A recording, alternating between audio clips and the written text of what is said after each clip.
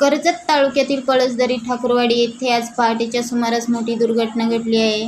अचानक दरड कोसळल्याने परिसरात भीतीचे वातावरण निर्माण झाले आहे.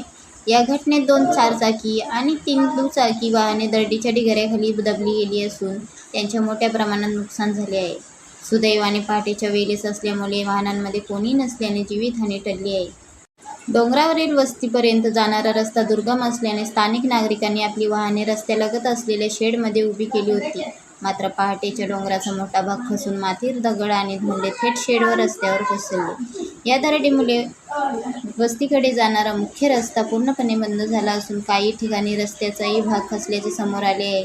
घटनेची माहिती मिळताच प्रशासनाने तात्काळ घटनास्थळी धाव घेतली. प्रांत अधिकारी प्रशांत सकपाळ, गट विकास अधिकारी सुशांत पाटील यांच्यासह महसूल आणि पोलीस यंत्रणा घटनास्थळी दाखल झाली आहे. जेसीबीच्या साहाय्याने मलबा हटवण्याचे काम युद्धपातळीवर सुरू आहे. दरम्यान आणखी दरड कोसळण्याचा धोका लक्षात घेता प्रशासनाने खबरदारीचा उपाय म्हणून ठाकूरवाडी येथील रहिवाशांचे तातडीने स्थलांतर केले आहे. सर्व नागरिकांना पळसदरी मठामध्ये सुरक्षित स्थळी हलवण्यात आले असून त्यांच्या राहण्याची आणि जेवणाची योग्य व्यवस्था करण्यात आली आहे. सध्या परिस्थिती नियंत्रणात आणण्यात घरातले लोक पण खाली काढायला लावा ना, वरती आहेत का लोक?